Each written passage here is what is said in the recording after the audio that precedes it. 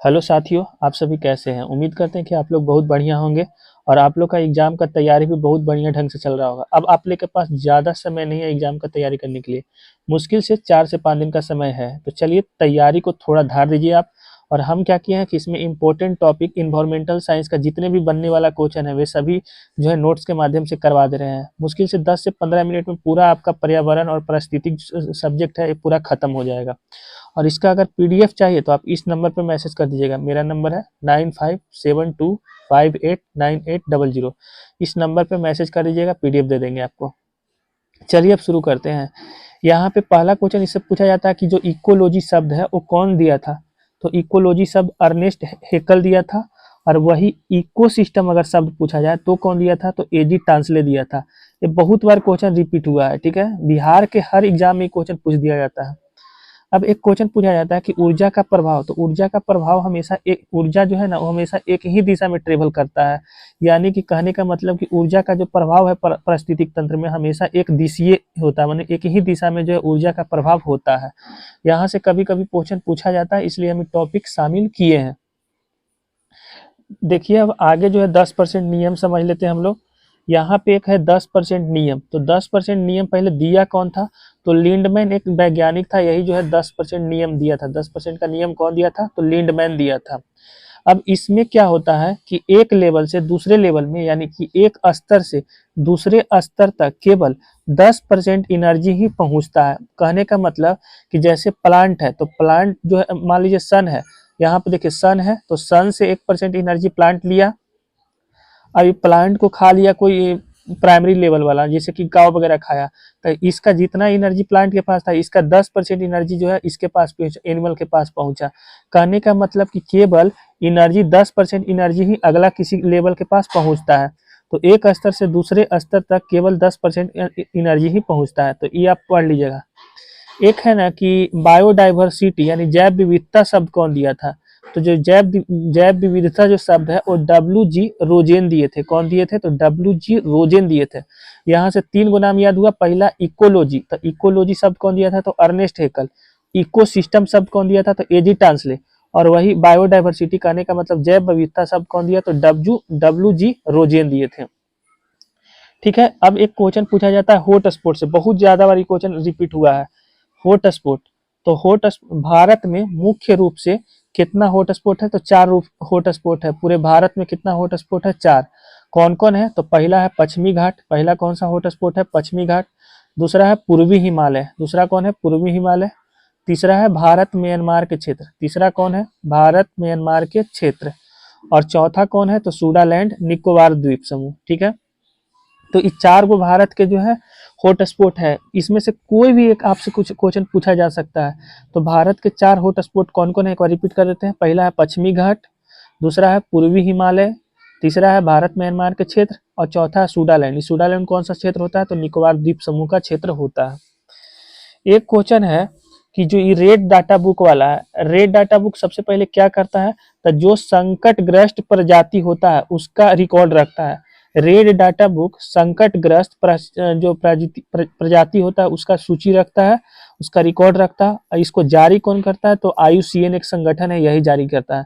तो ये पूछा जाता है कि रेड डाटा बुक जो है कौन संगठन जारी करता है, तो IUCN जो है जारी करता है। तो ई वाला पेज तो आपको पूरा समझ में आ गया होगा। चलिए हम नेक्स्ट पेज में चलते हैं।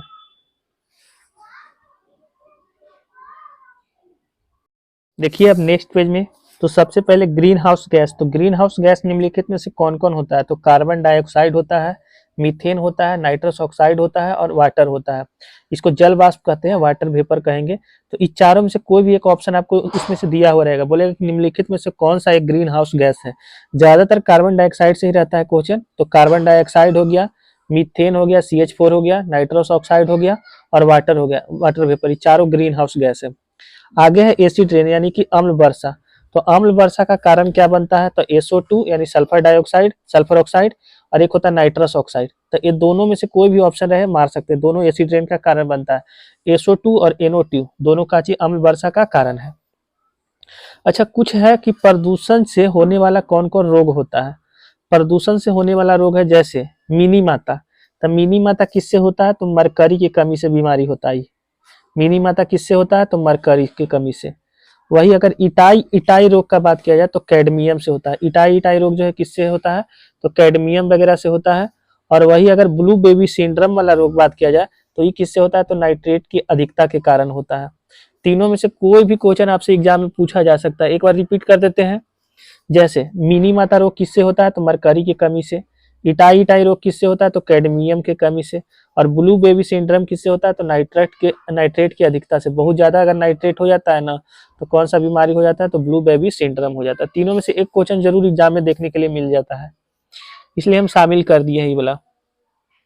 ठीक है, थोड़ा सा बिहार विशेष में देख लीजिए कि बिहार का एकमात्र टाइगर रिजर्व है। तो बिहार का एकमात्र टाइगर रिजर्व कौन सा है, तो ये जो है ना वाल्मीकि नगर टाइगर रिजर्व है। वाल्मीकि नगर टाइगर रिजर्व, ये आपको पता होगा कि बिहार का एकमात्र राष्ट्रीय उद्यान है वाल्मीकि राष्ट्रीय उद्यान।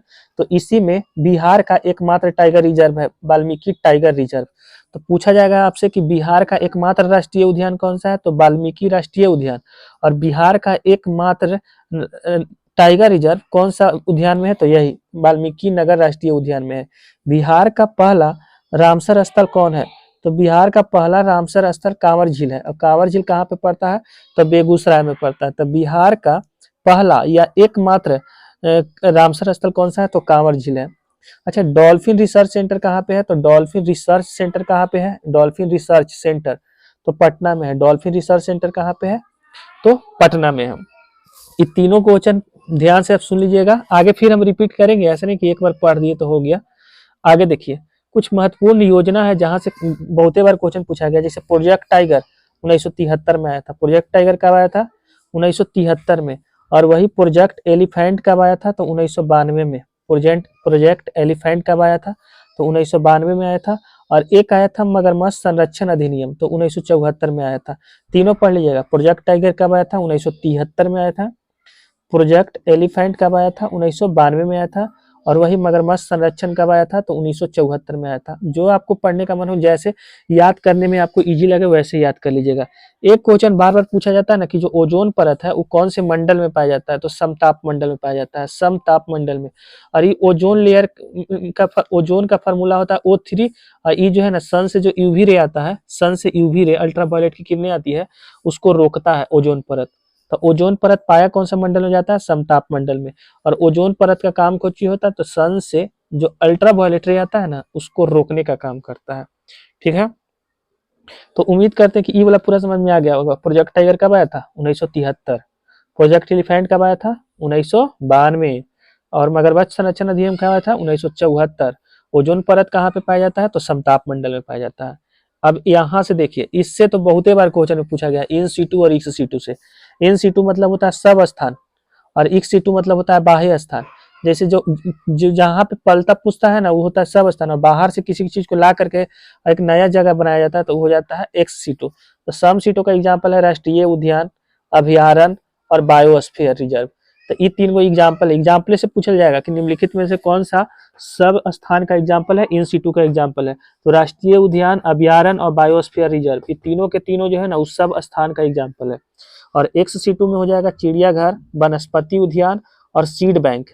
ठीक है, चिड़ियाघर, वनस्पति उद्यान और सीड बैंक किसका एग्जाम्पल है, तो एक्स सीटू का एग्जाम्पल है। कोई दिक्कत, ये पेज भी कंप्लीट हो गया। चलिए नेक्स्ट पेज में, चलिए अगला पेज में देखते हैं महत्वपूर्ण अधिनियम एवं संरक्षण। इससे भी बहुत ज्यादा क्वेश्चन पूछा जाता है। जैसे वन्य जीव संरक्षण अधिनियम कब आया था, तो वन्य जीव संरक्षण अधिनियम 1972 में आया था, 1972 में आया था। प्रोजेक्ट टाइगर 1973 में आया था। इसके पहले वन्य जीव संरक्षण अधिनियम आया था। क्योटो प्रोटोकॉल कब हुआ था, तो क्योटो प्रोटोकॉल 1997 ईस्वी में हुआ था। क्योटो प्रोटोकॉल कब हुआ था, तो 1997 1997 में हुआ था। और वही राष्ट्रीय जैव विविधता अधिनियम कब आया था, तो 2002 में आया था। राष्ट्रीय जैव विविधता अधिनियम कब आया था, तो 2002 में। और एक है पेरिस समझौता, तो पेरिस समझौता कब हुआ था, 2015 में। 2014 में नरेंद्र मोदी का सरकार बना था, उसके अगले साल ही पेरिस समझौता हुआ था। तो पेरिस समझौता 2015 में हुआ था। ऐसे करके रिलेट करके याद कीजिएगा ना, थोड़ा आसानी से याद हो जाएगा। जैसे वन्य जीव संरक्षण अधिनियम प्रोजेक्ट टाइगर के पहले आया था, तो 1972। क्योटो प्रोटोकॉल कब हुआ था, 1997। राष्ट्रीय विविधता अधिनियम कब आया था, तो 2002। और वही पेरिस समझौता कब हुआ था, तो 2015। ठीक है, अब देखिए कुछ राष्ट्रीय उद्यान बिहार का, जैसे वाल्मीकि राष्ट्रीय उद्यान कहाँ पे पड़ता है, तो पश्चिम बंगाल में पड़ता है। बहुत बार क्वेश्चन पूछा गया, चाहे बिहार पुलिस हो, बिहार दरोगा हो, बीपीएससी हो, कई एग्जाम में ही क्वेश्चन पूछा गया कि वाल्मीकि राष्ट्रीय उद्यान जो कि बिहार का एकमात्र राष्ट्रीय उद्यान है, कहाँ पे पड़ता है, पश्चिम बंगाल में। अच्छा, गौतम बुद्ध पक्षी अभ्यारण्य कहाँ पे पड़ता है, गौतम बुद्ध पक्षी अभ्यारण्य, तो गौतम बुद्ध का कहाँ स्थल है, गया, तो गौतम बुद्ध का जो पक्षी अभ्यारण्य है वो कहाँ पे पड़ेगा, गया। अच्छा, भीम बांध वन जीव अभ्यारण्य कहाँ पे है, भीम, तो भीम बांध वही मुंगेर, कौन सा, मुंगेर जिला में पड़ता है। तो भीम बांध वन जीव अभ्यारण्य कहाँ पे पड़ता है, तो मुंगेर। और वही पंत वन जीव अभ्यारण्य कहाँ पड़ता है, तो पंत या राजगीर यहाँ पे लिखा हुआ रहेगा, तो पंत या राजगीर कहाँ पे पड़ता है, तो नालंदा जिला में पड़ता है। और एक है उदयपुर वन्य जीव अभ्यारण्य, तो ये भी पश्चिमी चंपारण में पड़ता है। उदयपुर वन्य जीव अभ्यारण्य कहाँ पे पड़ता है, तो पश्चिम बंगाल में।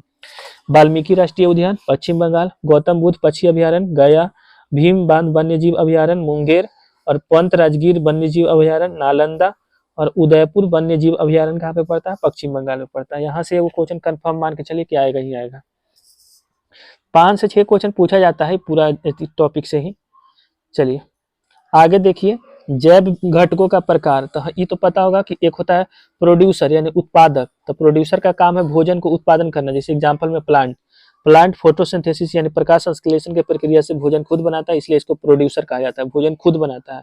और दूसरा होता है उपभोक्ता, खत्म करने वाला, जिसको कंज्यूमर कहते थे। इसमें 3 गो होता है, एक होता है प्राथमिक, एक होता है द्वितीयक, एक होता है तृतीयक। प्राइमरी कंज्यूमर में हो जाएगा शाकाहारी, जैसे गाय और टिड्डा। प्राइमरी में जो खाता है वो तो शाकाहारी, जो डायरेक्ट पेड़ पौधा को खाता है, एग्जाम्पल में गाय और टिड्डा। द्वितीय में जो इस शाकाहार की खाता है यानी मांसाहारी हो गया, जैसे मेढक हो गया, लोमड़ी हो गया, द्वितीय हो गया। और तृतीय में हो गया उच्च मांसाहारी, जैसे शेर हो गया, बाज हो गया, तो ये सब तृतीय में आ गया। तो तीनों याद कर लीजिएगा, तीनों का एग्जाम्पल बहुत जरूरी होता है, एग्जाम में एग्जाम्पल से ज्यादा क्वेश्चन पूछल जाएगा। और एक होता है अपघटक, जिसको हम डिकम्पोजर कहते हैं, तो ये क्या करता है कि मृत जीवो होता है ना, उसको सड़ा करके मिट्टी में मिलाने का काम करता है, इसीलिए इसको प्रकृति का सफाई कर्मी भी कहते हैं। जैसे एग्जाम्पल में कवक और बैक्टीरिया हो गया, कवक और बैक्टीरिया जो होता है ना वो घटक का एग्जाम्पल है। ठीक है, तो तीनों आपको याद हो गया होगा। तो इसी तरीके का वीडियो आप लोग को चाहिए तो मेरे चैनल को सब्सक्राइब कर लीजिएगा, बेल आइकन को प्रेस कर लीजिएगा। बाकी व्हाट्सअप नंबर तो दे ही दिए हैं, पीडीएफ चाहिए तो इस नंबर पर मैसेज कर दीजिएगा 9572589800। ठीक है, चैनल को सब्सक्राइब कर लीजिएगा और कमेंट कीजिएगा कि वीडियो कैसा है और आपको कौन सा और टॉपिक पे वीडियो चाहिए। धन्यवाद।